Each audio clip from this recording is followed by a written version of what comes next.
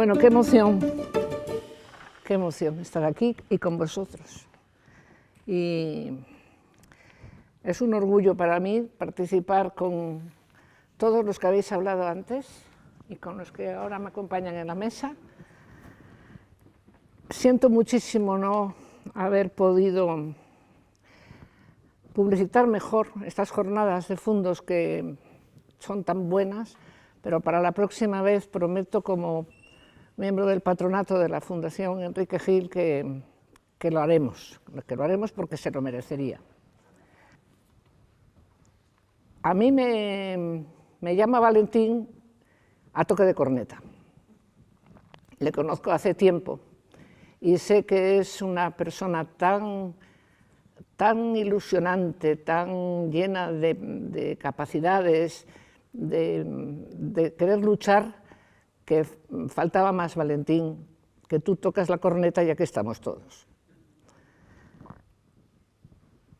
Pero fijaros que la lucha por la naturaleza, por la conservación de los paisajes que nos rodean, aquí en Villafranca no es algo nuevo.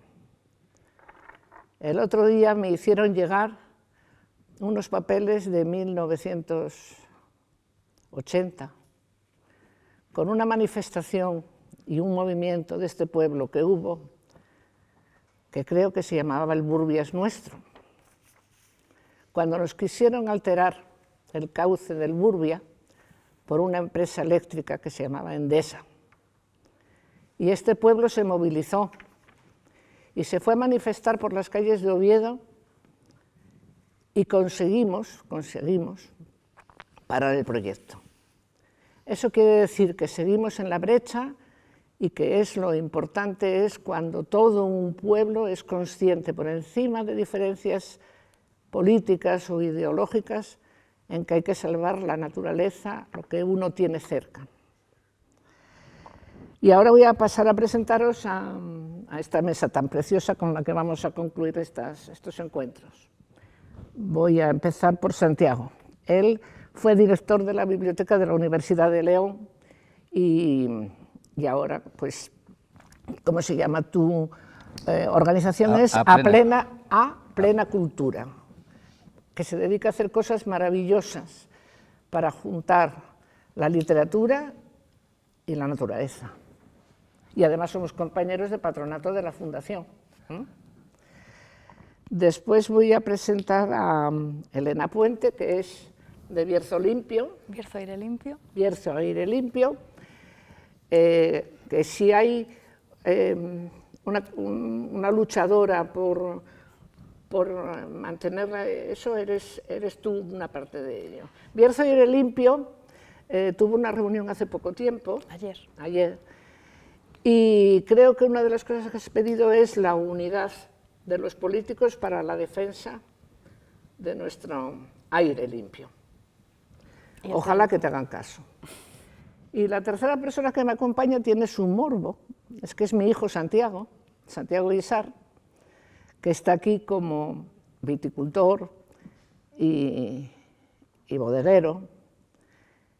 Y lo que sí sé decir es que Santiago es la encarnación de lo que antes hablaba Valentín, de repensar.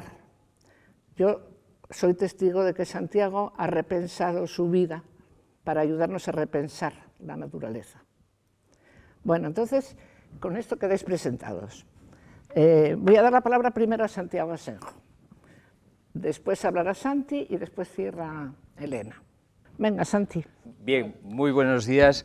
Muchas gracias, Consuelo. Encantado de estar aquí en la mesa y estar en Villafranca y en este teatro maravilloso y reencontrarme con alguna persona como Valentín, que fue profesor, siendo yo bibliotecario en la Facultad de Letras en la Universidad de León, y ahora, pues después de unos cuantos años, acabamos de reencontrarlo.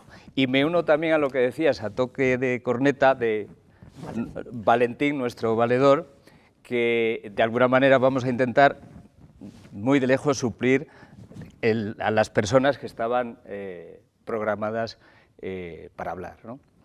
Y por otro lado, pues también es un feliz encuentro, que dos chicas, dos señoras, estéis flanqueadas en el camino de Santiago por dos Santiagos, ¿eh? O sea que, muy bien. Bueno, pues yo básicamente lo que puedo comentar sobre la feliz idea que tuvo Valentín de nombrar este encuentro como paisaje como espejo es desde 4 puntos de vista muy míos, muy personales. El primero es como una persona de pueblo. A mí, mi madre me parió en un pueblo del Bierzo, en Lillo del Bierzo, y desde siempre, aunque llevamos muchos años fuera de aquí, del pueblo, pero seguimos teniendo esa vinculación, y lo del paisaje y haber nacido en el pueblo yo creo que es algo que es congénito, es decir, que necesitas vitalmente el paisaje y tal como lo recordamos de críos, ¿no? La segunda visión que yo tengo es desde la fotografía. Pues esa visión que tengo del paisaje de la fotografía creo que también resume un poquito el mirar el paisaje como un espejo, porque los que tenemos afición por la fotografía vemos el paisaje a través de una ventanita, ¿no? Y eso es lo que recreamos en ello. Y es espejo donde se capta o recrea el paisaje y da testimonio de él. De alguna manera, desgraciadamente tampoco he podido llegar a las intervenciones anteriores, pero es un fedatario, un notario, un registrador de lo que fue el paisaje, de lo que es y de lo que puede llegar a ser. En tercer lugar, el paisaje para mí es como una necesidad vital de estar en contacto con la naturaleza, con el campo, y es decir, con todo lo que conlleva el entorno. Y por último, como Consuelo también decía, pues ya jubilados de la tarea profesional de la que vivimos, pues recuperamos una serie de actividades. La fundamental es actividades de animación a la lectura en el entorno natural, en los pueblos y en el medio rural. Ese es nuestro cometido y es lo que estamos intentando hacer. Santa Teresa fundó conventos, nosotros fundamos bibliotecas en los pueblos y mini bibliotecas, y a eso nos dedicamos en ese entorno.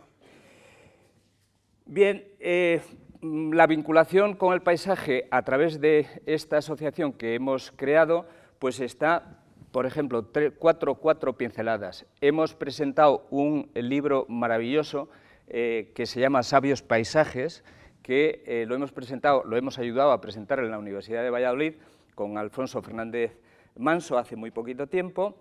Hemos intervenido también en el seminario Mundo Rural, que se titulaba Tradición Oral, Palabra Literaria y Paisaje. Es un seminario que organiza la Red Internacional de Universidades Lectoras, que tiene sede en España, pero ahora mismo hay casi 50 universidades en el mundo que están asociadas a la RIUL, y lo fundamental es la animación a la lectura y esa vinculación con la palabra literaria y el paisaje. También es una de las cuestiones que yo creo que, lo he dicho, a lo mejor exagero un poco, en los últimos, uno de los mejores, de las mejores noticias que ha recibido la provincia de León en los últimos, yo digo 40 años, a lo mejor me paso un poco de la raya, es que el 4 de noviembre las Naciones Unidas, a través de la FAO, declarasen las montañas de León. La provincia de León tiene 15.000 kilómetros cuadrados y las montañas de León son 10.400 kilómetros cuadrados de montaña, y la han declarado como territorio SIPAM, es decir, el equivalente sería la traducción de sistema importante del patrimonio, en el caso de León, agrícola, forestal y ganadero a nivel mundial. Es decir, que es una figura importantísima. Los premios de la UNESCO y reconocimiento los conocemos todos, pero SIPAM aún es un poco desconocido, tampoco se ha difundido, desgraciadamente, pero deberíamos de hacerlo. Y es tan importante como que, por ejemplo, somos la tercera extensión en el mundo reconocido como territorio SIPAM. La primera es el Yucatán y la segunda es el Masai Mara. Con lo cual, cuando hablas con estos dos nombres y dices que la tercera extensión mundial más importante del territorio SIPAM es las montañas de la provincia de León, pues nos da una idea de qué es esto. Obviamente, yo no sé si se ha hablado antes o no, pero este reconocimiento va en contra de las actividades que probablemente Elena luego nos comentará y que estamos sufriendo en el paisaje de nuestra tierra y de nuestra provincia y probablemente también de España.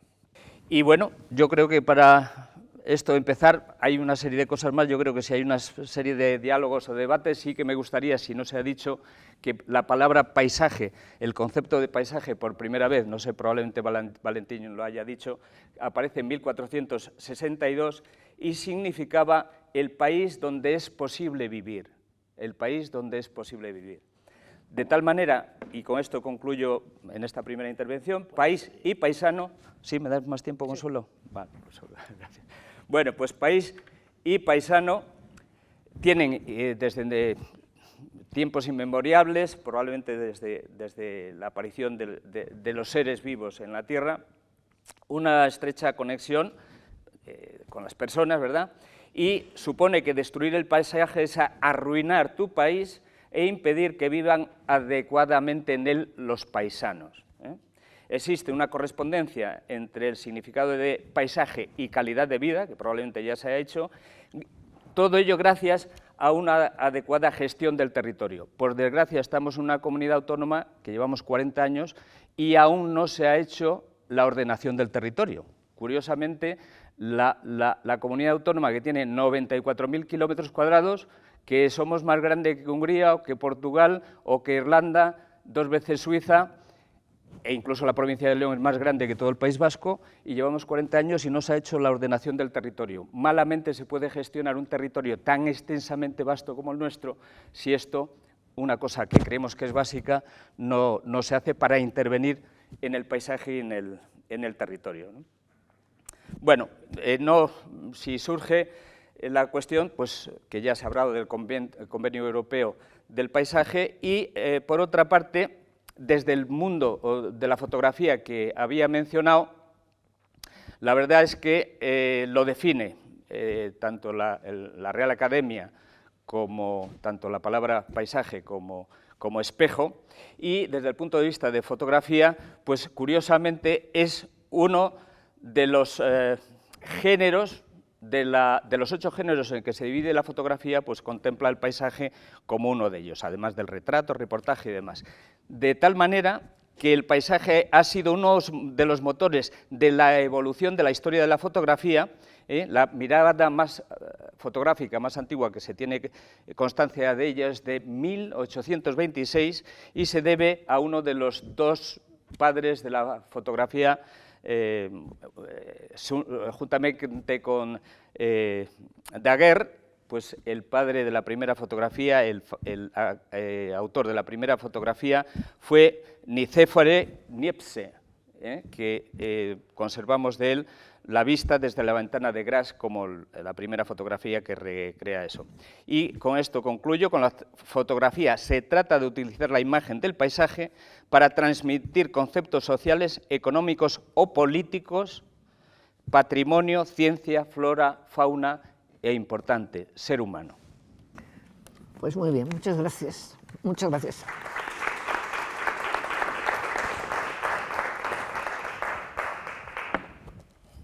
Le doy la palabra a Santiago Isart. Gracias, madre.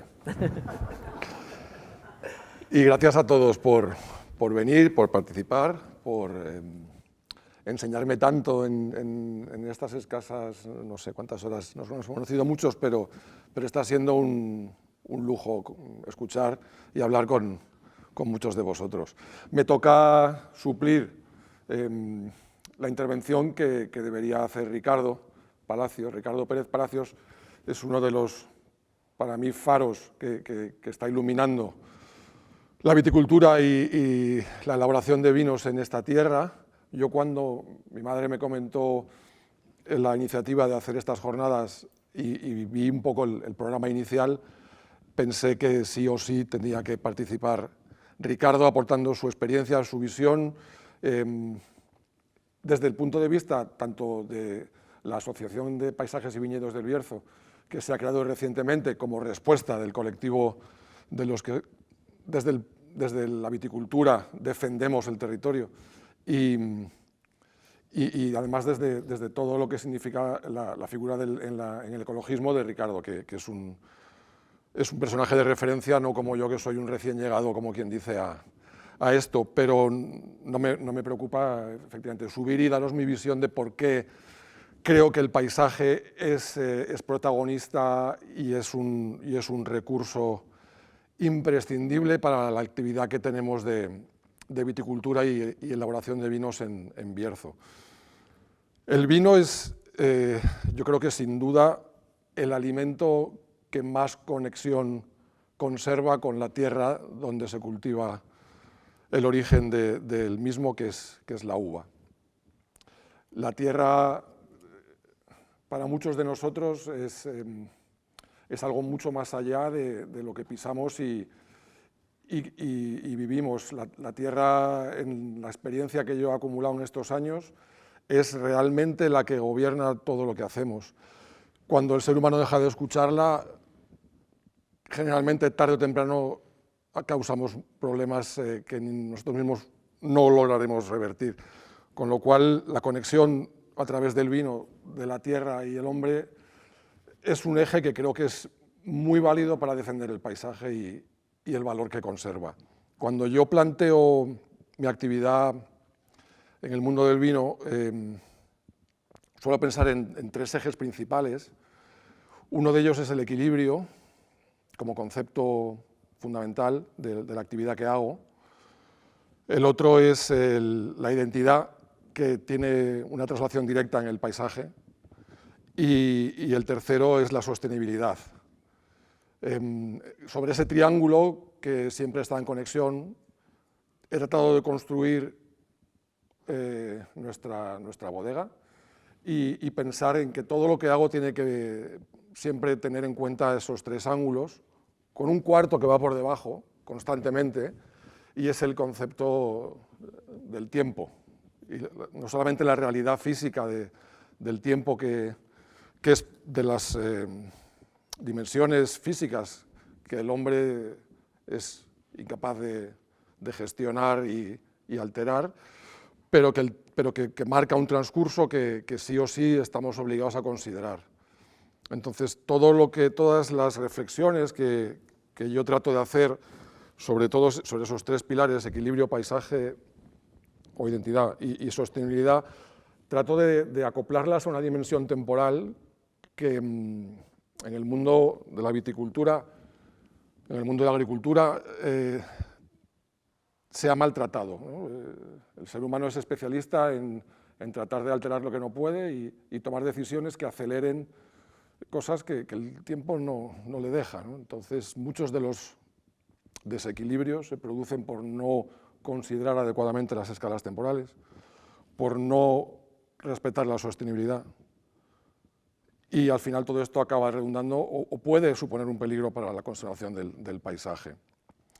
El equilibrio entendido desde el punto de vista de la gestión razonable de lo que la tierra es capaz de darnos. Y con las intervenciones que ha habido antes, no es fácil pensar que efectivamente un bosque es lo que debería ser idealmente el mundo. Un bosque, un ecosistema de miles y miles de especies vegetales, animales, que viven en armonía con la tierra que pueblan, con el sol que captan de la luz del sol, la energía que captan de la luz del sol, perdón, y que de manera espontánea, a lo largo de millones y millones de años, ha decidido que es el sistema que vive en equilibrio, en paz. El ser humano, evidentemente, con la agricultura va a alterar todo esto, pero si consiguiéramos, de alguna manera, que nuestra actividad agrícola, y en mi caso vitícola, sea lo más parecido a un bosque, estoy convencido que vamos a conseguir un menor impacto sobre esta naturaleza, que debería ser el ejemplo que nos gobierne, pero también que va a redundar en mucha mejor y mucho más interesante resultado de lo que estamos cultivando. A mí, sin haber estudiado mucho en este campo, mi formación está muy distante de la agricultura, pero desde que vine a trabajar a las viñas que gracias a ser hijo de mi madre tengo la oportunidad de hacer, son conceptos que se fijan en cuanto mires con honestidad lo que estás haciendo en el terreno. Y conocer a seres de luz que por el camino te van introduciendo conceptos y te van iluminando sobre el auténtico valor que tiene la suerte de ser agricultor. Una profesión que en España está maltratada, que en Francia supone un reconocimiento y un prestigio tremendo, y en España hemos tratado de convencer a nuestros hijos de que no sean agricultores y de que si lo son, utilicen todos los avances tecnológicos para dejar de hacer trabajo físico e incrementar el producto del cultivo hasta que hemos considerado de manera natural que alguien me diga que yo exploto viñas. Y a mí eso me parece un insulto. No, es que Santiago está explotando las viñas de la familia. Yo les digo, no tenéis ni idea si pensáis que yo estoy explotando una viña. Probablemente la viña me explota a mí. Gracias a Dios. Todo este equilibrio que se basa, en mi manera de entender, en replicar lo más posible el ecosistema natural, es el camino hacia la calidad. La calidad nos va a llevar a la sostenibilidad. Si yo entiendo que en la etapa de productivismo el campo se trabajara como se trabajó, mecanizándolo y llenándolo de química, porque la gente no quería trabajar, y ese fue un camino que se tomó pensando en que era la solución, pero es que hoy ya tenemos mucha experiencia como para saber que eso, lejos de ser la solución, era una manera de acelerar el fin del cultivo. Hoy en día creo que tenemos la gran suerte de ser más conscientes de lo que hemos hecho y de que muchos de nosotros no queramos volver a hacerlo. Antonio, ayer hablábamos de cuando creasteis el Manifiesto Viñador, que inspiró a mucha gente, entre otras a mis hermanos y a mí, para desarrollar Cantariña, y el lema de "el futuro es el pasado" es uno de los lemas mejor logrados que yo he escuchado en este mundo, y que es muy sencillo, y no se trata de pensar en que hay que volver a esclavizar a los obreros de viña y no conseguir esta sostenibilidad, que la sostenibilidad no es solamente económica y medioambiental, que es social, que si la gente abandonó el campo es porque no se trabajaba a gusto en la viña, pero si hay una sostenibilidad correcta, centrada en la calidad, que haga que podamos tener a gente empleada, que entienda el valor de lo que está haciendo, que gane su sueldo digno para seguir trabajando y que supla esas ganas de irse a la ciudad a estar maltratados en oficinas por trabajar en un medio ambiente, viendo un paisaje admirable, pues ese es el principal reto a conseguir, y creo que muchos de nosotros hoy en día lo tenemos marcado a fuego en la estrategia de lo que hacemos. El pilar del paisaje y la identidad para mí es tan importante que a Paloma García Moreno, que está aquí en la butaca, y a mí nos encargaron el año pasado contribuir a unas jornadas de trabajo sobre el patrimonio inmaterial, y nos dijeron que habláramos de la vendimia, o que tratáramos de representar la vendimia como algo de patrimonio inmaterial. Nosotros dijimos que eso no lo veíamos como un patrimonio inmaterial tan relevante como el paisaje del cultivo tradicional del viñedo del Bierzo, que eso sí que representa una manera de entender la agricultura, la viticultura, que es patrimonio, que trasciende a los que lo hacemos y que es necesario conservarlo, porque es, sin duda, algo que nos distingue de otros estilos de viticultura, y algo que redunda en que sea tan interesante que de manera voluntaria estemos empeñados en mantenerlo y protegerlo de agentes agresores externos, como esta viticultura productivista de la que hablaba, o ahora lo que nos toca de las agresiones, de los proyectos de renovables de manera masiva u otras amenazas. La identidad para mí del paisaje del viñedo berciano está centrada en el minifundismo, en la coplantación no solamente de viñedos, sino de árboles frutales junto a las viñas, perales, cerezos, membrillos, almendros, nogales, lo que queráis. Tener la viña como un centro productivo no solamente de uva para vinificar, sino de muchos otros árboles que eran sustento fundamental de las familias, y que hoy en día, aunque algunos estemos felices de recolectarlo para el consumo familiar, nos sirve como pilar fundamental de ese ecosistema natural de la viticultura sostenible, regenerativa, como queramos llamarla. No es casual, cuando los paisajes se crean y perduran tanto tiempo es porque han alcanzado algo muy parecido a ese equilibrio que anhelamos, ¿no? Y tener esos frutales en las viñas en lugar de espalderas con nada plantado más que el mismo clon de la misma variedad, son dos modelos de viticultura completamente opuestos.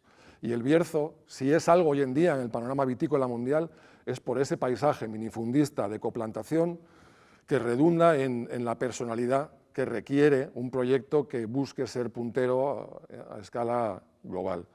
Por cierto, contradicción con la que tenemos que vivir, desgraciadamente. Más me gustaría que los vinos del Bierzo se pudieran vender exclusivamente a escala local, pero es una de las contradicciones con las que tenemos que convivir.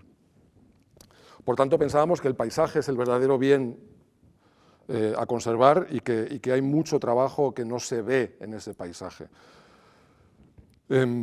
Por tanto, esa coplantación, ese cultivo promiscuo que ayer nos decía Valentín, yo creo que en el caso del Bierzo es extremo y hay que defenderlo y luchar por él, no solamente frente a agresores externos, sino también internos. En el Bierzo, por ejemplo, está prohibido a día de hoy en el Consejo Regulador de la ADEO del Bierzo regar el viñedo y es un debate, yo diría, más encarnado todavía que el que tenemos con la defensa contra los proyectos eólicos masivos, porque parte de nosotros mismos, parte de viticultores que entienden que con el riego pueden alcanzar mayores producciones, mayor rendimiento, que estando permitido en nuestras normas que nos ponemos a nosotros mismos. Nos hemos puesto en la de Bierzo un rendimiento máximo de 11.000 kilos hectárea y en el viñedo del Bierzo sin regar no van a llegar, pero regando probablemente sí. Pero es que regar implica tantas cosas más que no esos 4 o 5.000 kilos extra de uva que van a poner en peligro todo ese triángulo de valores, ¿no? El paisaje no es tan solo un concepto romántico, que ya es suficiente para defenderlo. Yo tengo la suerte de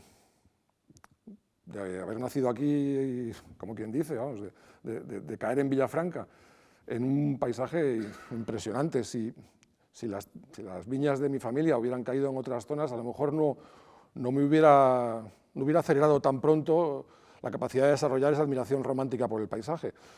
Con lo cual, no siendo nacido en Villafranca y viniendo en verano durante muchos años hasta que vine a vivir aquí, creo que esa vena romántica de Villafranca estaba de alguna manera esperando aflorar y ahora mismo está desbocada, pero no renuncio a la formación que he tenido, mucho más técnica y mucho más fría, tanto en el lado ingenieril o empresarial. El paisaje es un valor de estrategia empresarial que tienen muy pocas regiones vitícolas del mundo. En estrategia empresarial hay algo sobre lo que se asienta el éxito de las mejores empresas, que es la capacidad de tener un recurso valioso, raro y difícil de imitar. El paisaje del Bierzo es desde luego, las tres cosas lo cumple fuera de la escala. Es valiosísimo en cuanto a nos da una calidad, cuando se cultiva de manera inteligente, nos da una calidad de uva excelente, con una mezcla varietal heredada de los siglos y siglos de viticultura en el Bierzo, súper interesante, diversa y rica, con muchos beneficios frente a agresiones como el cambio climático, con lo cual el valor de ese paisaje de viñedo tradicional es indudable. Es escaso y eso es bueno. Si el Bierzo, en vez de ser 2.500 hectáreas de viñedo, tuviéramos 250.000 hectáreas de viñedo, el paisaje sería secundario en cuanto a que sería fácilmente reemplazable en gran parte y no sufriría el total del conjunto del vino en el Bierzo, pero en el caso del Bierzo es muy escaso y más nos vale mantenerlo, porque como lo perdamos, el resto no vale para nada. Es mucho más caro trabajar aquí y lo que nos hace distintos es que somos pequeños y valiosos y que es muy difícil de imitar porque no controlamos el tiempo. Un viñedo centenario requiere muchos años y no va a venir una zona en ningún lugar del Nuevo Mundo a reemplazarnos fácilmente, ¿eh? Con lo cual, desde el punto de vista empresarial y no solamente romántico, el paisaje es absolutamente clave. Hay cosas que estamos haciendo muy bien en el Bierzo para defenderlo. La clasificación del viñedo fue uno de los proyectos que Ricardo es el que tendría que estar hablando como principal impulsor, que creo que más ha conectado la viña, que es el origen, que es parte del paisaje del Bierzo, con el vino.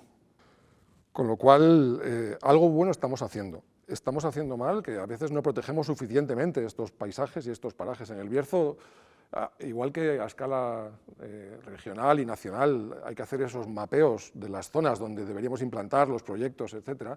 En el Bierzo hay que hacer un mapeo de las viñas que hay que proteger. Hay que proteger algunas viñas del Bierzo en el sentido radical de la palabra, en impedir que se replanten en métodos más productivos, en impedir que se impacte el paisaje. Una colina con una casa y unos pinos que se plantaron hace 6 generaciones no se debería poder tocar, y en el Bierzo se puede. Y eso es una cosa que no estamos haciendo suficientemente bien. Nosotros no somos propietarios de las viñas nos poseen a nosotros, y tenemos que estar en un segundo plano, tenemos que trabajarlas, conservarlas, mantenerlas, hacer de esta viticultura algo sostenible para que las siguientes generaciones lo puedan seguir haciendo y que la esencia perdure.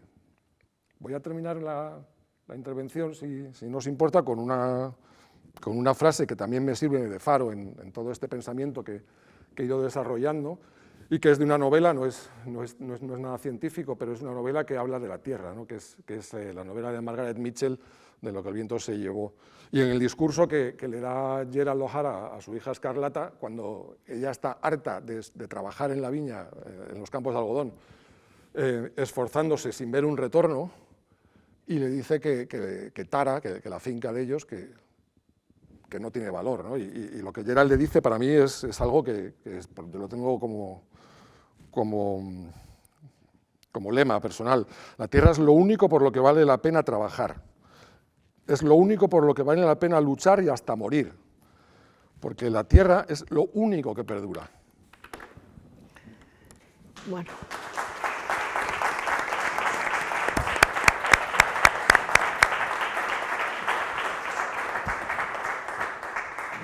Muchas gracias, Santi.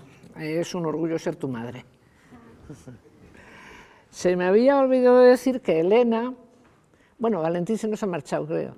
Iba a decir una cosa que le afectaba. Está por aquí. Bueno, da igual, que es profesora, mira, Valentín, desapareció otra vez, es profesora del Instituto Gil y Carrasco, como estudió allí Valentín, era por hacerle un guiño. Bueno, pues que tienes la palabra. Muchas gracias, Consuelo. ¿Te podías llamar Elena Aire Limpio? Muchísimas gracias. Es un placer y es un honor estar aquí en esta mesa con Santiago Asenjo, con Santiago Isar, con Consuelo. Perdón. Es un gran placer estar aquí, es un halago, sinceramente. Quiero agradecer ante todo la labor que ha hecho de organización de Fundos y también Casa Gil y el trabajazo que se ha hecho por parte de Consuelo, por parte de Valentín, para poder inaugurar o para poder comenzar con estas jornadas un trabajo que sé que es ingente, pero sé que va a ser muy productivo y que sobre todo nos va a aportar muchísimo, muchísimo a la sociedad berciana, y creo que necesitamos ese tipo de aportaciones, que necesitamos esa sensibilización, ese trabajo sobre la cultura, sobre el arte, que son importantes. A veces tenemos un poco la conciencia metida en otras cosas, en otras urgencias, y olvidamos las cosas importantes. Que recordéis y que pongáis en valor el trabajo de Gil, la sensibilidad exquisita de Gil, que es lo que nos hace estar hoy aquí, es importantísimo. Muchísimas gracias. Valentín no está porque se ha escapado, pero te las doy a ti. Bueno, y a Santiago. Y a Santiago. Bueno, me hubiera gustado, me habría encantado también que hubieran estado aquí, por supuesto, Ricardo Palacios y Carralero. El año pasado tuve oportunidad de estar con ellos en la Escuela del Paisaje y pude ver algunos de los trabajos que hizo el alumnado, que participa todos los veranos desde el 2017, creo recordar, en esa Escuela del Paisaje. Y me pareció muy interesante una observación que la dejo ahí, se la dejo ahí en el aire colgada a Carralero. Me llamó mucho la atención que algunos de los trabajos del alumnado eliminaban de su obra los impactos. Me llamó especialmente la atención ese detalle, el paisaje, el árbol, el río, pero la línea de alta tensión no estaba. Y eso me llamó especialmente la atención. Quizá esa parte del paisaje no es tal. Desde Bierzo Aire Limpio llevamos muchos años peleando porque se aprecien ese tipo de detalles y que valoremos otro tipo de cultura y otro tipo de planteamiento vital, otro modelo. Bueno, también me gustaría, aprovecho, ya que nos falta su parte, pero bueno, a lo largo de todos estos años del trabajo de la Escuela del Paisaje, yo creo que ha quedado hay una parte muy importante, que es la artística, obviamente, que se está ofreciendo a toda la comunidad berciana. Hay una parte muy importante de aprendizaje para ese alumnado y hay una parte documental muy importante para la sociedad berciana, y es todos estos años de recopilación de trabajos y de cómo está evolucionando la naturaleza y el paisaje en el Bierzo. Ojalá esa escuela, ese trabajo que está haciendo Carralero pueda continuar a lo largo de los años y que podamos seguir teniendo esa parte documental, me parece importantísima. No sabemos lo que nos vamos a enfrentar. Hoy estoy aquí para hablar de una parte que nos preocupa, que se ha mostrado en la primera mesa, en la segunda mesa y en esta mesa también, que son las transformaciones o las amenazas de transformación a las que nos enfrentamos en forma de macroproyectos energéticos. Bueno, pues esa parte documental de la Escuela del Paisaje me parece muy importante, me parece muy relevante. Voy a comenzar mi intervención contando una anécdota, una situación que me ocurrió el verano pasado y que me parece que, bueno, a mí me hizo reflexionar, no sé, igual no sirve para nada, pero me pareció interesante. Yo vivo en el entorno del pantano de Bárcena y el verano pasado, en el mes de julio, dando un paseillo por ahí, me encontré con una situación muy particular, anecdótica quizá, no lo sé. El pantano de Bárcena, como bien sabéis, las personas que estáis aquí, abastece de agua potable al 80% de la población berciana. También se emplea el agua de ese pantano para actividad industrial, porque sirvió en el pasado para refrigerar la térmica de carbón y coque y actualmente para refrigerar el funcionamiento de una central de biomasa que hay en Cubillos del Sil. Además, tiene una presa y hay un salto hidroeléctrico importante para producir energía. Es también refugio de biodiversidad. Ofrece refugio a las aves que en su tránsito migratorio paran por ahí, porque es un lugar de referencia también para muchas aves. Está rodeado de líneas de alta tensión, está plagado de líneas de alta tensión. El año pasado, en el mes de julio, había un incendio cuando salí a dar un paseo, no en el entorno del pantano, pero fui testigo de una situación muy curiosa. Estaban los hidroaviones captando el agua para llevarla al lugar donde se había producido el incendio. Había personas, era verano, y la gente estaba disfrutando también de las actividades de ocio, porque el pantano de Bárcena también es un lugar en el que disfrutamos de un rato de descanso para nadar, para practicar vela, para practicar paddle surf. Bien, pues la situación que presencié fue casi cómica si no fuera triste.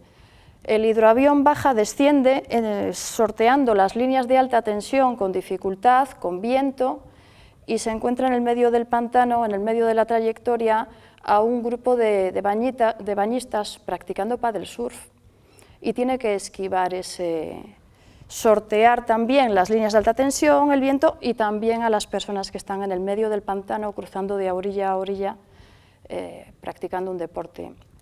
La situación me hizo reflexionar y pensar si cabe todo en un paisaje, cuánta capacidad tenemos o cuánta capacidad tiene un paisaje para asumir todas esas funciones.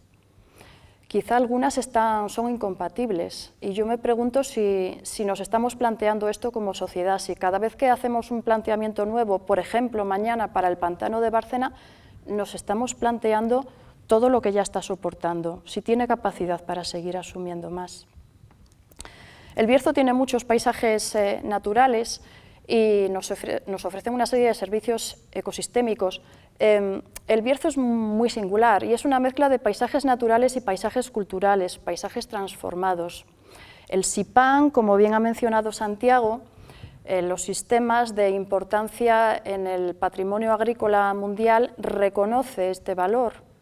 Es consciente de que hay que protegerlo además. Hay un equilibrio en el Bierzo, un equilibrio global en el Bierzo entre el aprovechamiento ganadero, el aprovechamiento agrícola, el aprovechamiento forestal, que el territorio, que la FAO entiende que hay que intentar proteger, que hay que proteger, porque es uno de esos 72, 73 espacios a nivel mundial que merecen ese reconocimiento. Creo que desde aquí hay que hacer un esfuerzo por tratar de valorar esta parte. El Bierzo es un territorio singular en el que conviven a pocos metros de distancia un abedul, como bien nos decía ayer Valentín, y un alcornoque. Pocos lugares en toda Europa tienen esas cualidades, tienen esa capacidad, esa mezcla. Es una zona de transición, un territorio promiscuo, un territorio, una encrucijada, una zona de transición entre lo atlántico y lo mediterráneo. Eso hay que protegerlo también porque es único, es irrepetible, esas singularidades no son habituales. Sin embargo, el modelo económico durante muchos años en el Bierzo se ha basado mucho en el extractivismo, una actividad económica más enfocada hacia lo industrial, y además es una industrialización planteada, o entendemos desde hace muchos años que el progreso se tiene que asentar sobre la industrialización, y la industria se tiene que asentar, necesariamente tiene que ser contaminante.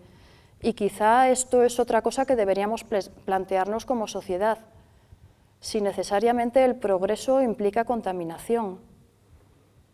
En el Bierzo desde hace muchos años parece que sí que entendemos algo así. El modelo económico durante muchos años en el Bierzo no ha traído riqueza, ha traído empleo, pero no ha traído riqueza. Los beneficios fiscales siempre salieron fuera. Hemos desarrollado, se ha desarrollado a lo largo de los años un modelo de desarrollo sin contenido, un modelo de desarrollo hueco. Y esta palabra me parece que es importante también tenerla en cuenta.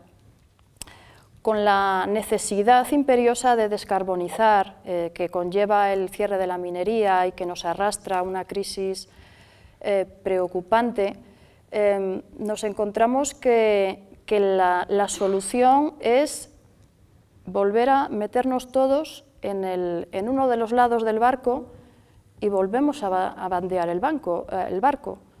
Si nos asomamos todos a un lado, el barco se bandea, pero si nos vamos todos corriendo al otro, el barco también se nos vuelve a bandear.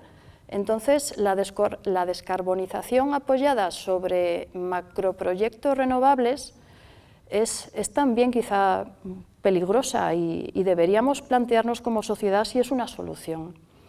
En Madrid tengo la impresión, igual estoy equivocada, no lo sé, que no son muy conscientes de la problemática que nos puede conllevar. Yo creo que a veces, y no es una crítica para nada, pero ver la pera conferencia que voy a consumir encima de la mesa tiene una procedencia, tiene un lugar de procedencia, tiene un origen, y ese origen depende de unos ecosistemas, de unos servicios ecosistémicos, de una población que lo está trabajando en unos lugares determinados.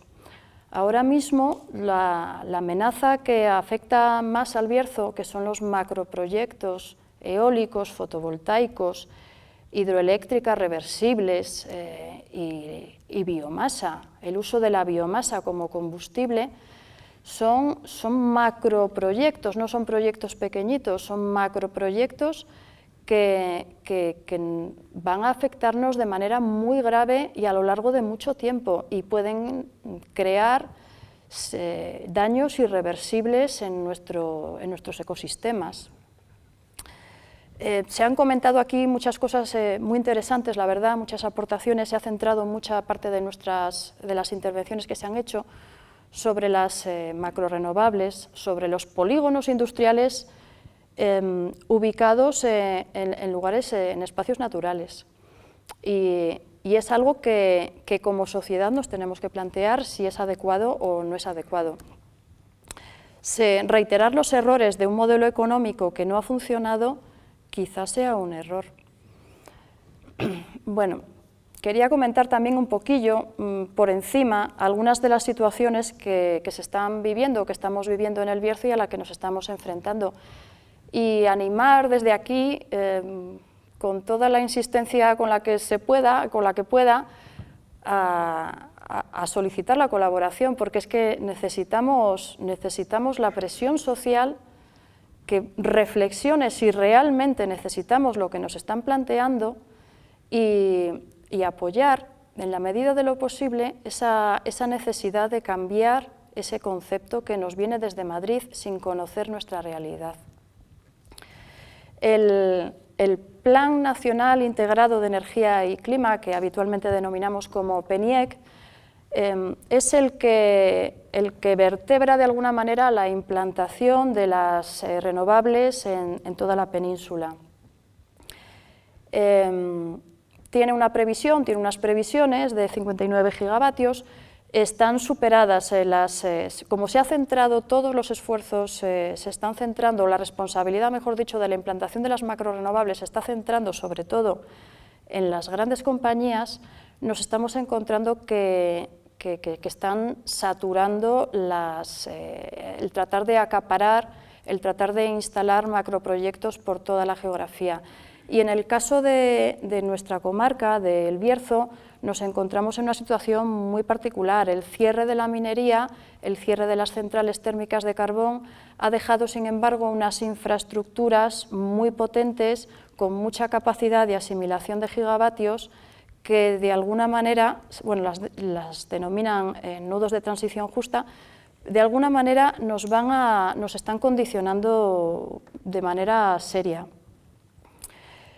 Tal es así que actualmente hay una previsión, o hemos tenido, mejor dicho, varios proyectos planteados de energías eólicas en forma de unos 300 aerogeneradores. Los aerogeneradores, que cada vez que se plantea un proyecto son más grandes, tienen en estos momentos, los que están planteándose, por ejemplo, para la zona de Oencia, que nos queda aquí cerquita, 200 metros de altura. Enrique Gil, con su sensibilidad exquisita en algún momento del Señor de Bembibre y también en el lago de Carucedo, queda muy impresionado por la altura del barranco del Castillo de Cornatel, tiene más o menos esa altura. El Castillo de Cornatel, el barranco tiene unos 160 metros de altura, 170. Los molinos no son molinos, son aerogeneradores. Los aerogeneradores que se están planteando son incluso más altos que esto. Y eso son cifras importantes. Las raíces que van a ocupar eso, que necesitan esos molinos para instalarse, requieren 15.000 toneladas de hormigón. Van a sustituir o pretenden sustituir la vegetación, la capa vegetal que hay en las crestas de las montañas por grandes cantidades de hormigón estéril. Van a desecar, como decía bien Emilio anteriormente, van a desecar las crestas de las montañas, o pretenden hacerlo, con la idea de instalar estos aerogeneradores gigantes para una gran producción eléctrica. Con los sistemas solares nos está ocurriendo lo mismo. Los paneles solares, calculamos que la previsión por parte de las promotoras es de aproximadamente unas 2.000 hectáreas de paneles solares repartidos entre distintos proyectos. 2.000 hectáreas en el Bierzo, la misma cantidad que acaba de mencionar Santiago, 2.500 hectáreas de viñedos. Bueno, pues quieren ocupar unas 2.000 aproximadamente, repartidas en distintos proyectos en forma de paneles solares. Pero es que la singularidad del Bierzo hace que en cada cachito haya algo. La riqueza del Bierzo es esa precisamente, el minifundio, los pequeños valores. Emilio lo habla muy bien también, la biodiversidad que hay hasta incluso en un pequeño matorral. Y esa biodiversidad se pretende ocupar, se pretende atropellar con macroproyectos que van a arrasar y van a estar instalados por encima de todo eso. La última propuesta que ayer presentamos a alegaciones, Inti Energy, un proyecto fotovoltaico, está instalado sobre un acuífero. Las promotoras no miran más allá, no se plantean, no tienen la visión de que podamos tener nosotros, las personas que estamos aquí viviendo en este territorio. No conocen las cualidades, las capacidades. Nuestro territorio es muy propicio para la agricultura. Enrique Gil lo repite una y otra vez a lo largo de su obra, constantemente.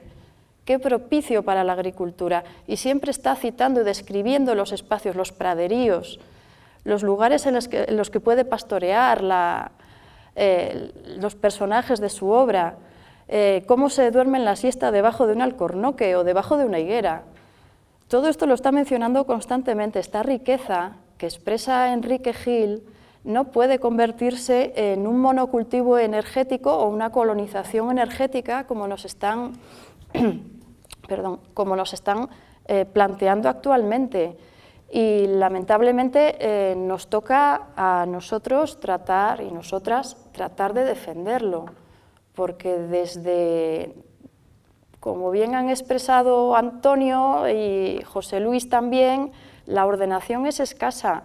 El peso que se está concediendo a la implantación de las energías renovables en distribuirlo, en beneficiar a la sociedad, a la ciudadanía, no se está poniendo en el centro del problema o en el centro de los beneficios de la implantación de energías renovables, no se está poniendo a las personas, se está poniendo en el centro las multinacionales. Y nos toca, lamentablemente, tener que defendernos también de eso. En estos momentos estamos luchando con ello, presentando alegaciones, presentando recursos de alzada contra proyectos que hay repartidos por toda la comarca y actualmente podemos decir, con los dedos cruzados por supuesto, que de momento hemos conseguido que no se instale nada, pero necesitamos más apoyo, necesitamos esa presión social, necesitamos esa labor de concienciación, necesitamos recordar que es importante estar ahí y mostrar que nuestras riquezas, nuestros viñedos, nuestras peras, nuestros cultivos son importantes. Las centrales de biomasa, como la de Forestalia, que nos instalaron hace poco, en 2018, en Cubillos del Sil, está trabajando está talando árboles, está talando cultivos de momento de pinos, algún roble, están plantando eucaliptos, están volviendo a plantar pinos. Eso nada tiene que ver con nuestra historia, esto no tiene nada que ver con la capacidad que podamos llegar a tener para adaptarnos al cambio climático. Ahora mismo es muy apreciable muchas calvas, muchos espacios que han sido talados a lo largo de todo el Bierzo. Nos está llamando gente que va dando un paseíto por cualquier espacio, por cualquier camino con su bicicleta y se encuentra zonas que antes eran un bosquecillo y ahora no, se ha talado. Ni siquiera se están respetando las épocas, como ahora la primavera, en la que los animales, las aves principalmente, están en época reproductiva. Ahora mismo no debería poder talarse así alegremente y a matarrasa un espacio, y se está haciendo.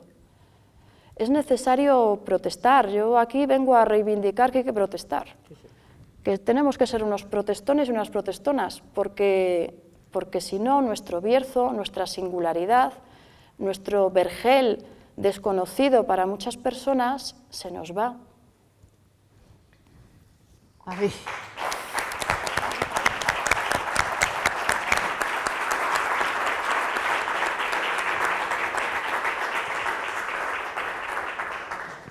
Pues muchas gracias, Elena. Yo estoy convencida de que seguiremos protestando. De todas las intervenciones que ha habido a lo largo de la mañana y de la charla informal de ayer, sí que tengo una idea en la cabeza, y es que estamos cayendo un poco, creo yo, en la nostalgia y en una posición de rechazo que, curiosamente, ahora lo que se podía entender como progresismo puede caer en la tentación de un reaccionarismo. Si no somos capaces de dar un salto más hacia adelante y, anclándonos en la protesta y en la denuncia y en la acción, hacer propuestas. Así que, Valentín, probablemente tengamos que hacer otra mesa redonda para que, después de haber denunciado, criticado y lamentado la situación, justamente, todo esto justamente, empecemos a pensar por dónde salir, cómo podemos progresar de verdad. Bueno, perdón, no ha dado el meeting que dio antes Valentín, pero un poquito. Santiago. Bueno, pues sí, por mi parte, lo que habéis dicho Elena y Tocayo, pues 100% absolutamente de acuerdo. Quizás en la última intervención de Elena, desde mi punto de vista, quizás lo que nos falta es algo muy importante en la toma de decisiones, que es falta de poder político. Es decir, la toma de decisiones, ¿de dónde viene? Nos falta eso y nos falta visibilidad. Bien decías desde Madrid, pues Madrid está muy lejos, e incluso Valladolid y a veces hasta Bruselas, ¿no? Entonces, ¿en qué se nota eso? Pues mirad, y también lo que decía Consuelo, las alternativas. Hay un trabajo de idealista, que todo el mundo conoce, que dice que si los tejados de las casas que tenemos y construcciones en España se ponen con placas solares, se abastecería más del 80% de las necesidades energéticas. Lo que nos decía Elena de que eso favorece, lo que está haciendo favorece el beneficio de las multinacionales, pues es así. Pero falta también visión estratégica y planificación. Hablando con personas que estaban en el mundo de la minería, es incomprensible cómo ya entonces decían en los años 70 y a posteriori, cuando ya anunciaron que iban a cerrar la minería en el 2018 en nuestro país y se firmó ese acuerdo, que quedasen practicables unas reservas estratégicas. Es decir, en la Gran Corta de Fabero hay, según los estudios, para 150 años de explotación minera, y resulta que todas las minas de todo el Bierzo se han inundado, cuando se decía desde los técnicos que no se hiciese. También han tirado todas las térmicas y se decían antes de que viniera la crisis energética, pero han tirado las térmicas para que no haya reversibilidad y adecuándolos para que no hubiera la contaminación, ¿no? Es decir, hay una falta de decisión importante y de previsión, no por parte de los técnicos, que aparentemente sí ha habido.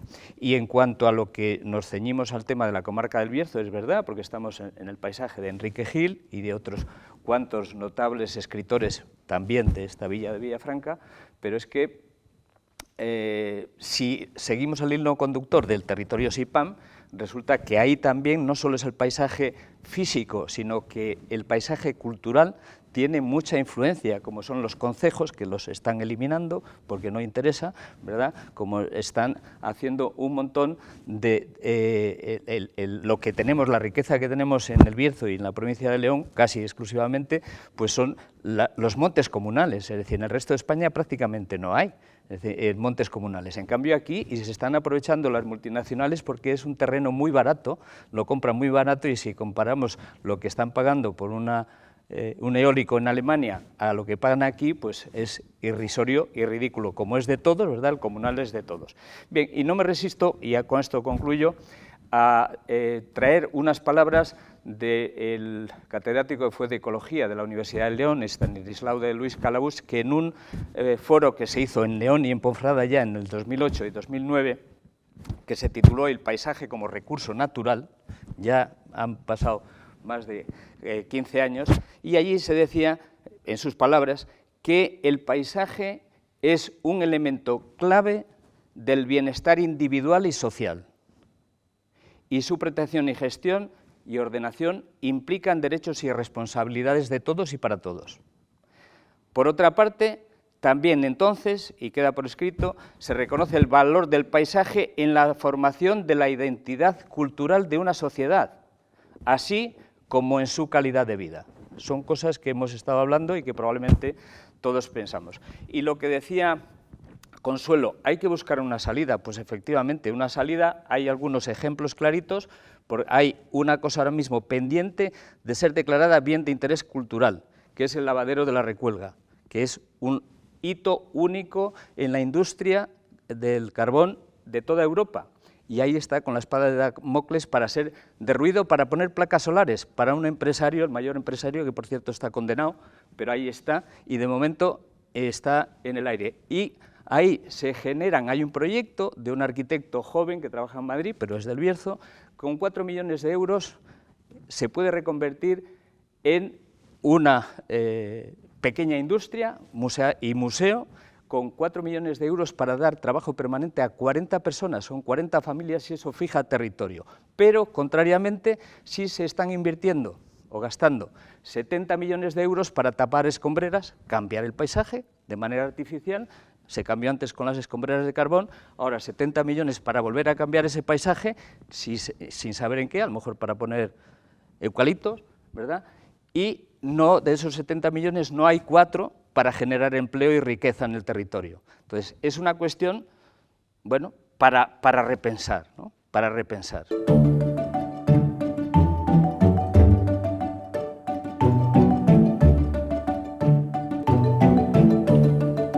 Brevemente, para daros las gracias, de verdad, a todos los presentes, a quienes nos han seguido a través del canal Fórum Fundos. Recojo el guante de todas las sugerencias que se han hecho. Maduraremos una segunda jornada desde la Fundación Casa Gil, en la que espero contar con, bueno, he dicho hasta mal el nombre de la fundación, Fundación Biblioteca Enrique Gil, pero nuestro proyecto estrella ahora es Casa Gil, en la segunda jornada o sucesivas, en la que espero contar de nuevo con vuestra presencia, con el apoyo de Fundos y del Ayuntamiento de Villafranca. Quiero acabar en este año del centenario de Antonio Pereira con unos versos de Antonio Pereira. Cuando corono el alto del Portillo, que guarda la ciudad, y Dios la guarde, me siento seguro, estoy en casa, para morir o para lo que cuadre.